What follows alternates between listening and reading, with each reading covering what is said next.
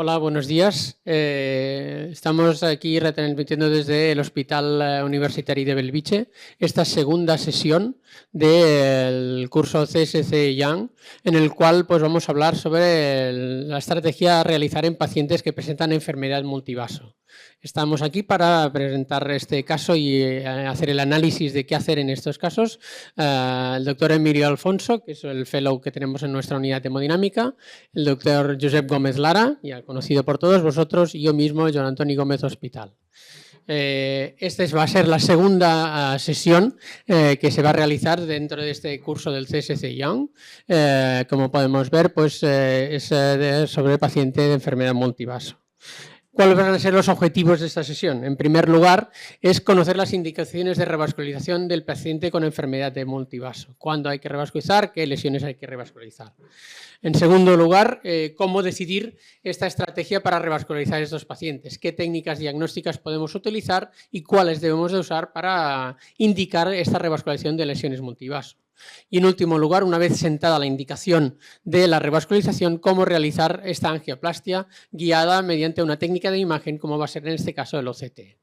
Por tanto, ya sin más, vamos a presentar el caso clínico. Dejo al doctor Emilio Alfonso que os va a presentar el caso clínico.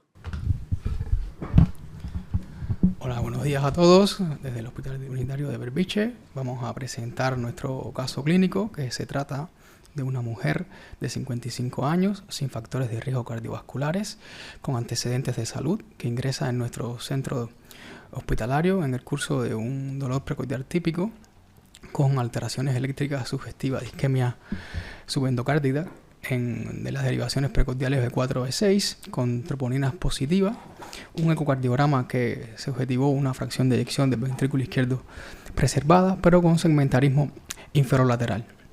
Con estos elementos constitutivos del cuadro clínico se activa el código IAM y se realizó un cateterismo cardíaco de manera emergente.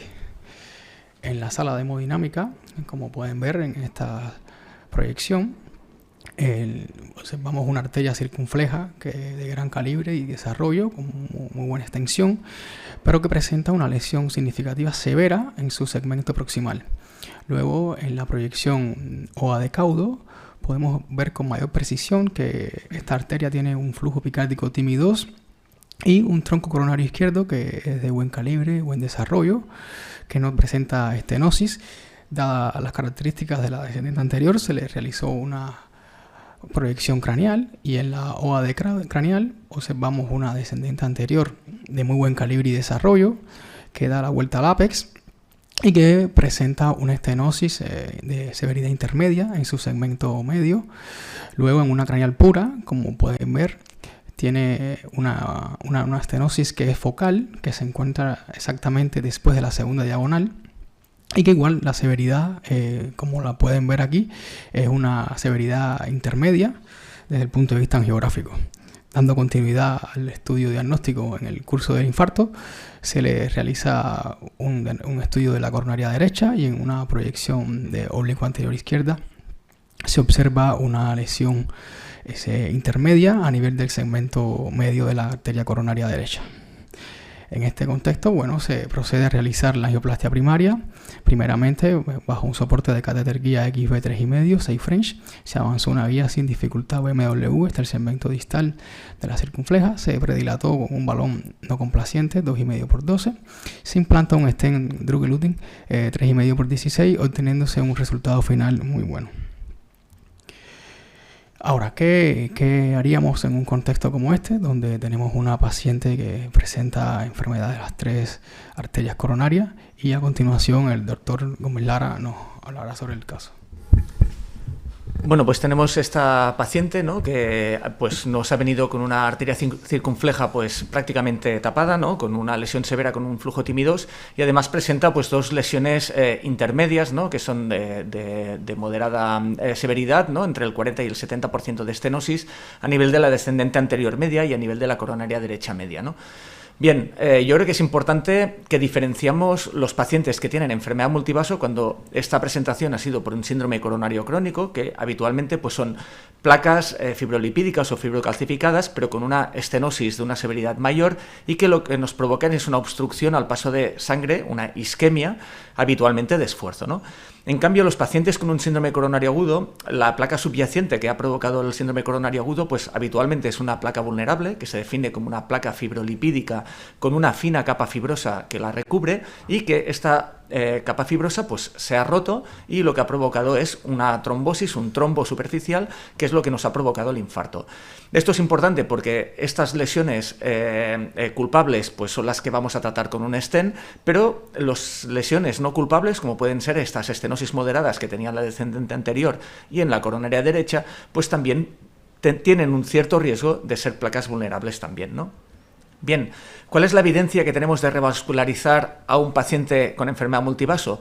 Pues bueno, pacientes con un síndrome coronario crónico ya tenemos muchísima evidencia, podemos ver aquí una lista de estudios aleatorizados y no aleatorizados pues muy grande y como podemos ver aquí, estos son resultados de mortalidad global, pues una revascularización completa en pacientes multivaso con síndrome coronario crónico disminuye la mortalidad. Esta revascularización, como podéis ver aquí, pues es tanto quirúrgica como percutánea. Pero lo que sí que nos anima en este gran metaanálisis es de que los pacientes con un síndrome coronario crónico y enfermedad multivaso, básicamente tenemos que intentar aspirar hacia una revascularización completa. Pacientes con un síndrome coronario agudo, pues esto estaba mucho más controvertido, pues porque son lesiones que habitualmente no dan isquemia y lo que estamos haciendo es un tratamiento preventivo de futuros eventos de rotura de placa. Como podemos ver aquí en este metaanálisis también de pacientes con un síndrome coronario agudo, revascularización completa contra revascularización incompleta, podemos ver aquí que cuando hacemos un tratamiento preventivo de estas lesiones no culpables, nos disminuye el riesgo de revascularización de estas lesiones no culpables, nos disminuye también el riesgo de infarto y hay una tendencia, aunque no significativa, pero una tendencia a una disminución de la mortalidad global. De hecho, en esta metaanálisis pues, se apuntó que la necesidad o el número de pacientes a tratar para disminuir un evento de revascularización era de 8, para disminuir un infarto era de 45 y para disminuir una mortalidad cardiovascular era de 70. Quiero remarcar de nuevo que estas son lesiones que habitualmente son lesiones no isquémicas, ya que el paciente habitualmente cuando viene por un síndrome coronario agudo, la primera presentación que ha tenido es la del dolor y no tenían angina previa. Entonces son lesiones que habitualmente no provocan isquemia y lo que nos están generando es una rotura de placa, ¿no? Respecto a lo que nos dicen las guías de cómo revascularizar los pacientes con enfermedad multivaso en pacientes con un síndrome coronario crónico, pues tenemos que el intervencionismo coronario con implantación de stent pues nos lo recomiendan pues en ciertos pacientes, como pueden ser pacientes pues con comorbilidades importantes para la revascularización quirúrgica, pero también cuando tenemos una enfermedad angiográfica no muy avanzada, con un syntax score que va entre 0 y 22. Nos recomiendan una revascularización quirúrgica cuando hay factores clínicos, como podría ser la diabetes, como podría ser pues, pacientes con una restenosis previa o disfunción ventricular, pero también cuando hay una extensión anatómica de esta enfermedad coronaria, pues con un syntax score mayor a 23. Y respecto al síndrome coronario agudo, como podemos ver aquí, pues las guías son mucho más pues, directas y nos dicen que hagamos revascularización completa, habitualmente va a ser pues angioplastia, en menos de 45 días en pacientes con STEMI y en pacientes con una escasez, pues esta evidencia es un pelín menor, pero también se recomienda la revascularización completa y se deja un pelín la puerta abierta a hacer guía de presión, aunque con una evidencia muy escasa, ¿no? Lo que sí que está claro es que tanto en síndrome coronario crónico como en síndrome coronario agudo, lo que nos recomiendan las guías es que nos basemos nuestra revascularización basado puramente en angiografía. ¿Qué problema tiene este? Pues tiene varios problemas. El primero es que simplemente pasando un océano de distancia pues no nos ponemos de acuerdo en que es una lesión significativa. Podemos ver las guías europeas de lo que son la revascularización, que podemos ver que una lesión angiográfica se define cuando es mayor del 50%, tanto a nivel del tronco común como a nivel del resto de lesiones, y sí que nos recomiendan hacer pues una guía de presión cuando tenemos una lesión intermedia que no se mojan mucho en qué significa una lesión intermedia. Las guías americanas yo creo que son un pelín más claras, pero son distintas a las europeas y básicamente definen una lesión significativa cuando es mayor o igual al 70% de estenosis angiográfico y en el tronco común un 50%, y sí que nos dicen que en lesiones moderadas, que van del 40 al 69%, pues nos recomiendan habitualmente hacer una guía de presión. Pero además hay más problemas y sobre todo en pacientes como el nuestro, que ha venido por un infarto, y es que a veces el cateterismo que hacemos en la angioplastia primaria, pues el paciente va taquicárdico, no son las mejores inyecciones porque podemos estar a las 3 de la mañana, a lo mejor no hemos puesto nitro pues porque el paciente pues no tolera la nitroglicerina, y como podemos ver aquí, pues una imagen que nos parecía de un 70% de obstrucción el día del infarto, al cabo de 48 horas, cuando le ponemos nitro, ponemos el catéter guía, una buena inyección, podemos ver que esta estenosis pues ha disminuido de severidad y le hacemos una guía de presión y esta es negativa, ¿no? Y de hecho en este estudio publicado en el 2002 podemos ver que prácticamente pues un 17% de lesiones que nos parecían significativas severas, más del 70%, al cabo de unos días pues pasaron a ser no significativas, ¿no? Con lo que un paciente con un infarto, pues a veces la valoración angiográfica no es suficiente buena pues para tomar la decisión, ¿no? Y finalmente, yo creo que también tenemos una variabilidad humana interoperador, interobservador, y básicamente lo vemos pues cada día en el fútbol, ¿no? Pues lesiones controvertidas, como puede ser esta de un clásico Barça-Madrid, pues podemos ver que un periódico editado en Barcelona pues ve muy claro que era penalti y que no se pitó. En cambio, cuando podemos ver pues un periódico editado en Madrid, pues podemos ver que no lo ven tan claro y dicen que pues Lewandowski se cayó, ¿no? Yo creo que, aparte de que era un penalti clarísimo, yo creo que es claro de que no nos ponemos de acuerdo y que la valoración visual pues a veces tiene una variabilidad interobservador pues muy alta, ¿no?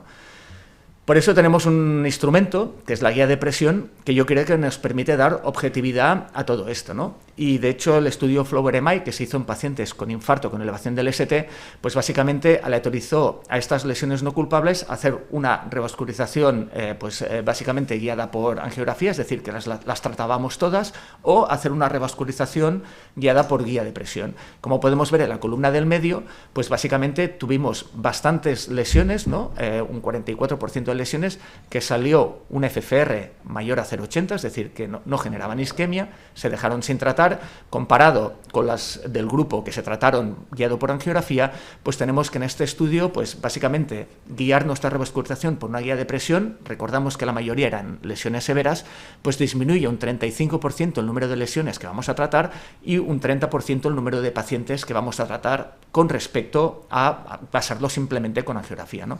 Y aparte nos avalan los resultados clínicos, aquí porque han hecho un zoom del 90 al 100, pero como podemos ver la línea de arriba, pues prácticamente no hay diferencias significativas en los dos grupos de tratamiento, es decir, que cuando basamos nuestra revascularización en guía de presión, disminuimos probablemente el número de stents que vamos a implantar con unos resultados parecidos, ¿no? Simplemente, pues para mencionar algunas dudas de utilizar solo la guía de presión en este contexto, pues en este subestudio del Flower-MI, del mismo estudio que hemos presentado, ahora vamos a presentar datos solo del grupo que era basado en guía de presión. Pues como podemos ver aquí, cuando fuimos a ver a los pacientes que se les trató con stent, es decir, que el FFR había salido positivo y les poníamos un stent, y los comparábamos con las lesiones que habían salido negativas, es decir, que tenían un FFR mayor a 0,80 y que por protocolo no las tratábamos, podemos ver aquí que hay una diferencia pues prácticamente estadísticamente significativa a que era mejor tener un FFR positivo a no tener un FFR negativo, ¿no? Y esto pues probablemente se atribuye a que gran parte de estas lesiones que a lo mejor dejamos sin tratar, que no generan isquemia, pues realmente a lo mejor son una placa vulnerable, ¿no? Y como podemos ver en este subestudio de otro estudio pues muy importante, que es el estudio Complete, pues prácticamente alrededor de lo que puede ser pues un 20-35% de lesiones, pues parece que son placas vulnerables y muchas de ellas pues no generan isquemia, ¿no? Por este motivo, pues en España se está en marcha el estudio vulnerable, del cual pues nosotros participamos, que es un estudio controlado, multicéntrico, simple ciego y aleatorizado a pacientes con un infarto agudo de miocardio con elevación del segmento ST y que presentan lesiones no culpables, en este caso intermedias, ¿no? Entre el 40 y el 69% de estenosis. El objetivo es valorar si un tratamiento preventivo en lesiones que tienen un FFR negativo, es decir, mayor a 0,80, pero a las cuales les hacemos un OCT y vemos que tiene una placa vulnerable, pues las aleatorizamos a tratamiento con stent o a tratamiento médico, y el objetivo es valorar si hacer un tratamiento preventivo con stent nos puede disminuir eventos, ¿no? Pues los criterios de inclusión son estos: son lesiones distintas a la arteria responsable del infarto, con una lesión moderada, entre el 49 y el 60%, que presentan un FFR negativo y que además por OCT pues presentan características de placa vulnerable. Aquí tenemos un poquito el flowchart del estudio. Estamos esperando pues, hacer un screening, ¿no? Valorar a unos 2.500 pacientes, prácticamente unas 3.000 lesiones. Lo hacemos habitualmente en un stage procedure, esto significa al cabo de unos días del infarto, para evitarnos toda esta taquicardia, esta mala visualización de las arterias, y básicamente pues empezamos haciendo un FFR. Las lesiones que nos da un FFR significativo decimos que son un screening failure, es decir, yo creo que tenemos suficiente evidencia que las lesiones con isquemia hay que revascularizarlas, y lo que animamos en ese estudio es a revascularizarlas. Con esto contamos que vamos a perder pues un 40% de lesiones. Y lo que nos interesa son las lesiones que nos han dado un FFR negativo, a las cuales les vamos a hacer un OCT. Y en este OCT vamos a mirar si tiene una placa vulnerable, que también se denomina thin cap fibrateroma, TICFA en inglés, y las que no tienen TICFA también las vamos a seguir, ¿vale? Las vamos a entrar en un registro, y las que tienen TICFA, es decir, que tienen una placa vulnerable, las vamos a aleatorizar a tratamiento con implantación de stent o a tratamiento médico óptimo. A esta paciente la vamos a incluir en el estudio vulnerable, y ahora vais a ver el procedimiento electivo. Bien, simplemente antes de entrar en el caso, pues básicamente, pues cómo definimos una placa vulnerable por OCT. Pues estos son los criterios del estudio, no significa que sean estos a forma universal, estos son los que hemos escogido pues para este estudio. Pues básicamente lo que queremos es placas fibrolipídicas, que la placa predominante sea una placa fibrolipídica larga, con un necrotic core, ¿vale? Es decir, con un pool lipídico pues más de 90 grados de perímetro, que además presente una capa fibrosa fina, menos de 80 micras, que por OCT serían 0,08 milímetros, y con una carga de placa mayor al 70%, y después podemos ver un poco pues cómo vamos a calcular esta carga de placa. Bien, continuamos con el caso. Esta paciente, pues al cabo de 4 días, la recateterizamos. La paciente había aceptado ser incluida en el estudio vulnerable, y pues bueno, aquí podemos ver las lesiones que vamos a estudiar: la lesión moderada de la DA, la lesión moderada también de la coronaria derecha. Le hicimos angiografía cuantitativa, podemos ver que tanto por angiografía cuantitativa pues las dos son lesiones moderadas. En una nos sale una estenosis del 49%, la otra nos sale una lesión del 60%, y también Emilio, que después quizá nos lo podrás comentar, hicimos un estudio con QFR, que es esta fisiología basada en angiografía, que es pues un método que se está investigando, y básicamente cuando hacemos QFR o MyoFR en este caso, pues básicamente nos dice a nivel angiográfico, pues infiere la fisiología de esta lesión y cómo nos quedaría el FFR a nivel distal del vaso, ¿no? Como podéis ver aquí, la lesión de la coronaria derecha nos sale que la lesión va a salir no significativa, con un FFR de 0,90, y cuando vemos la descendente arterior podemos ver que esta lesión pues parece que sí que nos va a dar significativa. Nos calcula por Q-angio pues un FFR aproximado de 0,74. Podemos ver aquí que el stent está permeable, con buen flujo, y vamos ahora a la lesión de la DA, ¿no? La DA le hemos hecho un RFR, y el RFR nos ha salido de 0,89, ¿vale? O sea que está ahí, y vamos a empezar ahora con la medición del FFR, ¿vale? Empezaremos, bueno, yo ya hace tiempo que no hago ningún FFR, básicamente lo que hago es CFR y MR, y el FFR nos sale en el mismo momento, ¿no? Y no sé si podéis enfocar las manos, pero bueno, esto es súper sencillo, es una técnica que se hace muy rápidamente. Son 3 cc's de salino, los ponemos aquí que no hay aire, se abre, se inyecta y se cierra. Básicamente esto nos da pues el TMN basal. Vale, vamos haciendo, ¿vale? Estamos haciendo los 3 cc's de salino. Pues es que es lo que he dicho, que yo no hago ya FFR, porque lo hago ya con el CFR y el IMR. ¿Podemos repetir la del medio, que yo creo que nos ha salido un pelín más alta? Entonces, no, la 0,78. La de 0,78. Tenemos la sensación que IMR alto se asocia a más placa vulnerable, ¿no? Entonces, ponemos la adenosina ahora. Entonces, con esto, Héctor, ya has visto lo que hemos tardado, entonces tenemos muchísima más información, ¿vale? O sea, con un minuto más de prueba tenemos la microcirculación y el FFR. Adenosina, sí. Bueno, está cayendo la adenosina, podéis ver que el PDPA basal, ¿vale? Estaba correctamente ecualizado, ¿vale? El PDPA basal es de 0,90, 0,91 y ahora es cuando notará lo que le he dicho del, ¿vale? Como si un poquito de ahogo. Básicamente, bueno, pues miramos ahora a ver cómo nos cae la presión y cuando nos caiga la presión, pues volveremos a repetir el mismo procedimiento. Son 3 inyecciones de salino muy rápidas. Bueno, podemos ver que... ¿Nota alguna cosa ya de...?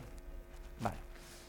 Podemos ver que la paciente al menos lo que es clínicamente sí que empieza a notar que le llega la adenosina. Podemos ver que el FFR empieza a bajar.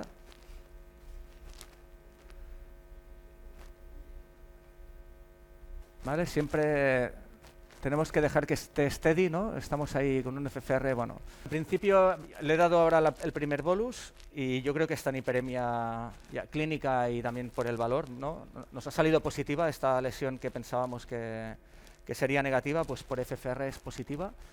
Y como podéis ver aquí, sí que tiene un IMR que parece un pelín altito, ¿no? Vale, pues paramos la perfu ya. Vale, y haga clic para finalizar. Paramos la perfusión. Ahora mejorará en 30 segundos, ¿vale? Entonces, en principio, es una lesión con un FFR 0,78, 0,79. Es un screening failure que llamamos, ¿vale? Igualmente, bueno, pues le haremos un OCT, ¿vale? Era una lesión intermedia, nos ha salido un IMR pues altito y vamos a ver si lo que nosotros pensamos que se correlaciona. El FFR es ya porque vamos a poner un stent y lo vamos a hacer guiado por OCT, pero ya no entra dentro del estudio esta lesión, ¿vale? Dejamos la derecha y vamos a hacer un FFR pues para que nos ayude un poquito, hay un FFR, un OCT para que nos ayude al implantar este stent. O sea, para la adenosina no hay problema, el problema sobre todo es para la acetilcolina, ¿no? En principio, si es un tema de hacer un estudio de función microvascular con adenosina, no pasa nada, ¿no? Podemos poner el OCT en la pantalla, ya tenemos el catéter avanzado. Vale, perfecto, pues ya hemos habilitado el retroceso, está calibrando, ¿vale? Vale, cine. Perfecto, ¿vale? Bueno, acabamos de ver la valoración por FFR de la lesión. La lesión ha salido funcionalmente significativa con un FFR 0,78, 0,80, básicamente ha salido significativa. Y hemos hecho un OCT que no sé si lo podemos comentar entre todos a ver qué os parece, pero tiene un aspecto de ser una placa pues bastante pues una placa sí, fibrolipídica con un pelín de calcio, pero con una capa gruesa, ¿no? En este caso igualmente es una lesión que pues nos genera isquemia y yo creo que hay que tratarla. Aquí podemos ver un poquito pues las imágenes. Aquí tenemos la zona del área luminal mínima. Tenemos un área luminal mínima de 1,52 milímetros cuadrados. Para ser una DEA media, pues yo creo que es una lesión bastante severa. Hay un artículo de Nieves Gonzalo del Clínico San Carlos donde había una correlación entre el FFR y el OCT, que un FFR positivo era cuando teníamos un área luminal mínima por debajo de 1,97 milímetros cuadrados. En este caso pues estamos por debajo. Podemos ver que el área de referencia, pues en este caso distal tenemos un área de referencia pues de 6,15 milímetros cuadrados, unos 2,75 milímetros de diámetro. A nivel proximal, que sería pues donde aterrizaríamos con el stent, pues tenemos un área de referencia de 4,55 y con un diámetro de 2,25.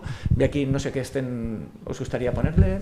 Yo creo que hemos visto claramente la valoración funcional que nos sienta la indicación de revascularización y ahora estamos intentando optimizar la revascularización guiada por el OCT, ¿no? Aquí probablemente habrá que decidir pues realmente qué tipo de stent. Generalmente pues solemos ajustarnos más al diámetro distal y pues dilatar la parte proximal para evitar disecciones distales, ¿no? Es un poco buscar una zona intermedia entre el calibre distal y el calibre proximal.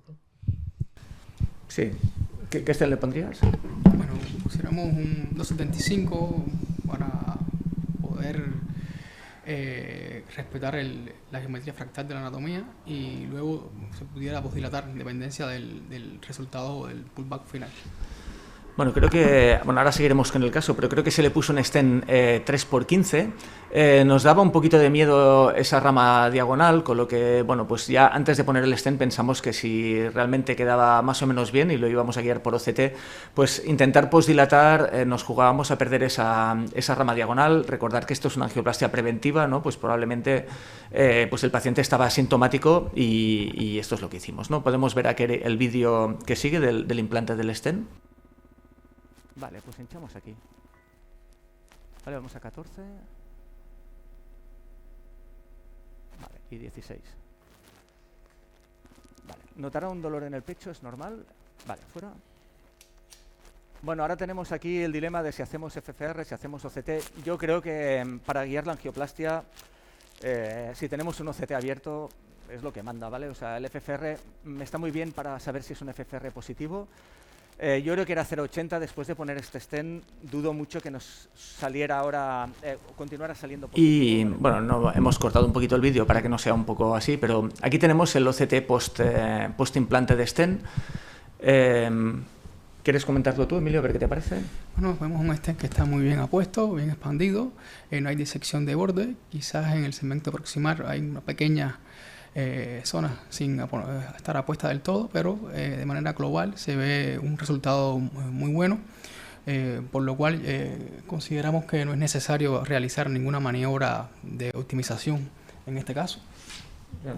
Yo creo que en estos casos realmente cuando ya tenemos el dispositivo abierto y lo hemos pasado es obligado pasarlo post y comprobar realmente este resultado excelente del stent, ¿no? Bien, a veces, bueno, como podemos ver aquí, esto es un poquito el análisis que hicimos. El software Ultron nos da pues un análisis basado en inteligencia artificial. Él mismo te detecta el stent, como hemos visto, y él mismo te dice la expansión del stent basado donde hayas puesto los puntos de referencia, ¿no? Podemos ver aquí que los puntos de referencia que hemos escogido pues son pues los dos bordes del stent. Podemos ver aquí que nos dan unas áreas de 5,4, 5,1, y podemos ver aquí que con un MSI, o sea, con un minimal stent area de 4, pues nos sale una expansión del 76%, ¿no? No es la más óptima, ¿vale? Pero sí que a nivel angiográfico realmente pensamos que nos había quedado muy bien, pensamos que hay más un tema de tissue protrusion. Yo creo que tenemos poco a ganar, bastante a perder, ¿no? Podemos dejar una diagonal con un timio un pelín enlentecido. Decidimos no tocarlo, aunque podría ser discutible si esta expansión es del todo correcta, ¿no? En este caso, con una bifurcación, un tratamiento preventivo, decidimos dejarla, ¿no? Y ahora nos toca la coronaria derecha, que nos presenta también pues, una lesión intermedia. Vale, perfecto. Yo creo que la tenemos bien. Pondremos un pelín de nitro, ¿vale? Siempre asegurarse que no tengamos espasmo. ¿Un calor en el pecho es normal? Vale, sí. Dale con suero, que así purgamos toda la vía de... Aquí nos ha pasado que teníamos un PDPA basal de 0,92, ahora es 0,96. Esto va cambiando, ¿vale? Que a veces, pues, con el dolor y tal, hacen un pelín de hiperemia. Y ahora que está un pelín más relajada, pues os habéis fijado que ha subido 0,97, ¿no?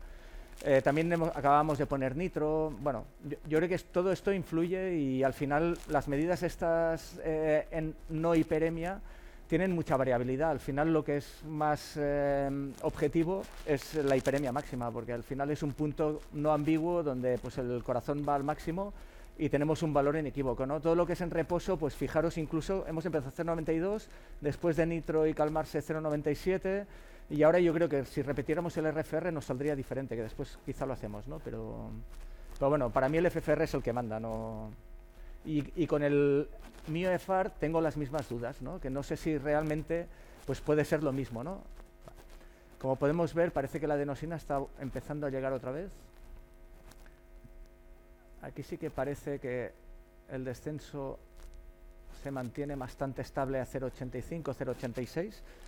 Sí, la paciente empieza a notar ya los síntomas, ¿vale? Con lo que vamos a hacer la medición. Vale, es normal. Vale.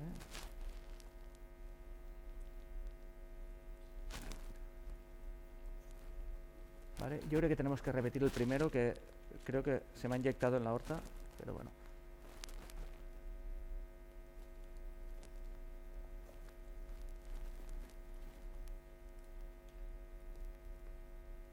Vale, bueno, paramos la adenosina. Nos ha salido unos valores un pelín extraños, ¿vale? Es un CFR de 1, ¿vale? Pero lo que es más importante es que el FFR nos ha salido negativo, ¿no? 0,84 ha sido lo máximo, sí, 0,87, ¿vale? Yo creo que nos ha salido valores de CFR bajos, no sé mucho cómo creer. Bien, esta lesión nos ha salido funcionalmente no significativa, ¿no? Teníamos un FFR de 0,85. Por protocolo, por el protocolo vulnerable, pues nos toca hacerle un OCT, y básicamente en este OCT lo que vamos a buscar es si vemos una placa vulnerable o no vemos una placa vulnerable, ¿no? Podemos ver aquí el pullback, vamos desde la izquierda, que sería distal, a la derecha, que sería proximal, ¿no? Con la última parte del pullback sería el catéter guía, y vamos un poco pues a las imágenes que nos interesan, que son básicamente centrados en la placa, donde podemos ver aquí, ¿no? Que básicamente el área luminal mínima pues nos sale de 1,89 milímetros cuadrados, un pelín mayor a lo que sería la DA, pero una arteria codominante, es una arteria menos extensa que la DA, y como podemos ver aquí a nivel del MLA, que sería el área luminal mínima, pues sí que tenemos bastante calcio. Vamos a pillar una referencia distal a la lesión. Podemos ver aquí pues, que el área del lumen es de 4 milímetros cuadrados. Incluso nos permite, en este caso, que no tenemos ni lípido ni calcio, pues medir lo que sería el vaso. En este caso, pues el vaso nos mide 7,9 milímetros cuadrados. Y esto nos permite hacer una estimación aproximada de lo que sería la carga de placa, ¿no? Con esta fórmula, que sería la división entre el área luminal mínima y el área del vaso, que es la IM, la capa elástica externa, multiplicado por 100 y menos 1, con lo que tendríamos una carga de placa a nivel del MLA, donde tenemos sobre todo calcio, pues del 76%. Pero lo que es más importante es que justo un pelín más proximal al MLA, sí que veíamos que desde el MLA hasta más proximal, pues básicamente la placa era una placa más bien fibrolipídica, y sí que tenemos zonas donde tenemos una capa fibrosa pues bastante extensa. En este caso pues nos ocupa pues prácticamente desde las 12 hasta las 6, y en bastantes puntos podíamos medir más de 3 frames consecutivos donde la capa fibrosa realmente era fina, ¿no? Al menos en este caso era igual a 0,08, tenemos otra medición de 0,06, con lo que realmente pues en este caso pues era una placa que la catalogamos de vulnerable, ¿no? En este caso, pues nos tocó tratamiento médico. Esto es el estudio, lo que pretende es ver si el tratamiento médico de estas lesiones pues es parecido a poner un stent, y la paciente pues lleva 2 meses. De momento no hemos presentado ningún síntoma desde ese día, ¿no? Básicamente, ¿qué os ha parecido el caso, Joan Antoni? Bueno, yo creo que es un caso muy interesante en el cual podemos ver pues un poco todos los objetivos que teníamos de esta sesión, ¿no? Primero es en el momento culprit realizar la revascularización de la arteria culpable del evento, y ver que también las inyecciones en ese momento culprit realmente muchas veces por la prisa por ir a revascularizar la lesión, aunque en este caso la arteria estaba abierta, quizá no había tanta prisa, pues las inyecciones no son lo más óptimas posibles, y cuando repetimos este estudio pues vemos que las inyecciones podemos tener más información incluso ya angiográfica de cómo son estas lesiones, ¿no? Segundo, que una vez tenemos estas lesiones que claramente son intermedias, pues hemos podido asentar la indicación que con los datos que tenemos hoy en día la descendente anterior había que revascularizarla, el estudio funcional era claramente positivo de posibilidad de inducción de isquemia a largo plazo, mientras que la coronaria derecha pues no teníamos esta positividad fisiológica, ¿no? Entonces yo creo que claramente esto nos ayuda a poder decidir en la estrategia terapéutica. Probablemente en el futuro, cuando tengamos resultados del estudio vulnerable, pues depende de lo que nos salga en el estudio, igual también sentaremos la indicación de revascularizar o no la coronaria derecha. En este punto, en este momento, no habría una indicación clara, pero habrá que esperar en el futuro. Emilio, una pregunta. Hemos visto que el MIOFAR prácticamente lo clavó, ¿no? Y aparte con las imágenes del procedimiento del infarto, ¿no? Hemos visto que le había dado un MIOFAR de 0,74 a nivel de la DEA distal. Nosotros pusimos una guía un pelín más proximal, nos salió 0,78, y en la coronaria derecha nos había salido 0,90, aquí nos salió 0,85, el FFR invasivo, ¿no? ¿Tú crees que el MIOFAR está listo para la práctica clínica o nos falta más investigación? Bueno, una pregunta muy interesante, que bueno, sobre todo en estos pacientes, tanto en el síndrome de coronario agudo como en el contexto del paciente con múltiples vasos enfermos, ¿no? Que es el tema que hoy nos interesa aquí. Llama la atención que esta herramienta tiene una serie de aspectos de interés, como por ejemplo el tema de la inteligencia artificial, que te permite, además de calcular la severidad funcional de la lesión, nos va a decir qué patrón tiene la enfermedad coronaria, y con esto se desprenden una serie de estrategias. Además tiene otra interesante herramienta, que es el virtual stenting, que te permite ver cuál será la ganancia fisiológica que vamos a obtener en el caso de establecer una estrategia de revascularización percutánea. Hasta ahora lo que estamos haciendo nosotros en nuestro Core Lab es un subanálisis, que precisamente con los pacientes del estudio Vulnerable, un subanálisis a ciega. Estamos haciéndole un estudio del MyoFAR en estos pacientes sin tener el resultado del FFR. Por supuesto, se va a hacer, como es un estudio que está ongoing, estamos haciendo un subanálisis primero el día del infarto, y luego se hace este análisis el día del estudio para ver la correlación que existe con la FFR. Y bueno, lo que hemos observado hasta ahora, Josep, es que bueno, tanto la correlación como la concordancia es bastante buena, sobre todo el día del estudio. Como bien comentabas previamente, existe una serie de aspectos, y más en este tipo de software que son basados en la dinámica de fluido, que el día del contexto agudo, bueno, pues a veces la premura de la angiografía, la calidad de la imagen no es óptima, y sí hay aspectos de sumo valor, que son la adquisición correcta de una imagen para poder hacer un análisis cuantitativo, y de ahí todos los demás resultados del MyoFAR. Yo creo que en principio todavía nos queda mucho por investigar, pero sí es cierto que en determinados escenarios, sobre todo cuando hay lesiones tortuosas, vasos que quizás podamos perder un poco más de tiempo, o podamos también generar quizás a veces efecto de la misma guía intravaginación, y esto pudiera darnos un falso FFR. Quizás aquí va a ganar un campo importante, pero a pesar de que nosotros los resultados que estamos observando en el día de hoy son bastante positivos, creo que nos queda todavía terreno por recorrer. Muy bien. Hombre, lo bueno sería que tuviéramos la información antes de traer al paciente a la sala, ¿no? O sea, el interés máximo sería intentar evitar segundos procedimientos, en estos casos, sobre todo el infarto, ¿no? Que si lo pudiéramos saber el día del infarto, si la lesión va a salir significativa o no, pues realmente pues nos ayudaría, ¿no? Bueno, yo creo que podemos concluir la sesión.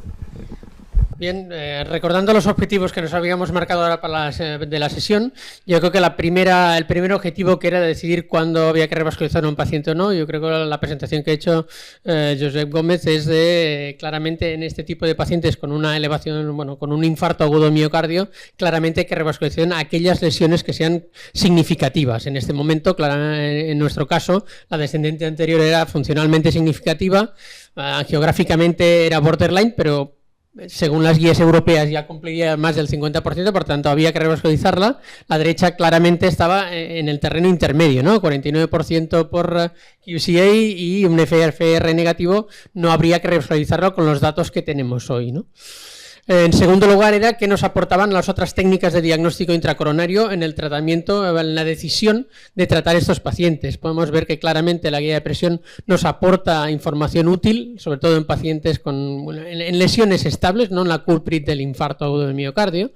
Creo que puede ser valorable. Y un punto muy importante, esta valoración del QFAR o el MyoFAR, de datos que no sean tan invasivos, que nos permitan ayudar a tomar esta decisión. En este punto también va a ser importante pues poder hacer unas angiografías coronarias bien hechas realmente, ¿no? Habrá que estar más encima de realizar unos buenos estudios diagnósticos para poder aplicar estas mediciones, ¿no? Y por último era la estrategia de guiar la angioplastia por OCT. Hemos visto claramente que nos puede ayudar a decidir el tipo de stent, el tamaño de stent a colocar en este paciente, y analizar bien las características. De una vez implantado es mandatorio volver a pasar el dispositivo, e incluso tener una valoración un poco más clínica, incluso de no solamente la imagen que nos dan los softwares, ¿no? Ahora tenemos softwares con inteligencia artificial, como hemos visto, que nos pueden decir que el stent está mínimamente infraexpandido en un punto que no tiene más del 80%, que sería lo recomendable, pero hay que poner en contexto qué tiene el paciente, cómo es esa placa, dónde está situada esa placa, qué ramas tiene por los lados y qué riesgo tiene intentar optimizar más ese resultado, ¿no? Por tanto, a pesar de que los software nos den unos números muy objetivos o muy claros, yo creo que hay que poner en contexto de qué estamos tratando y qué estamos tratando un paciente para decidir realmente si hay que hacer más cosas o no. Muy bien, pues muchas gracias a todos y espero que os haya gustado el caso desde Bellvitge, y creo que el próximo caso pues le toca al Clínico San Carlos, paciente CHIP. Nos vemos en unos meses. Hasta luego. Hasta luego.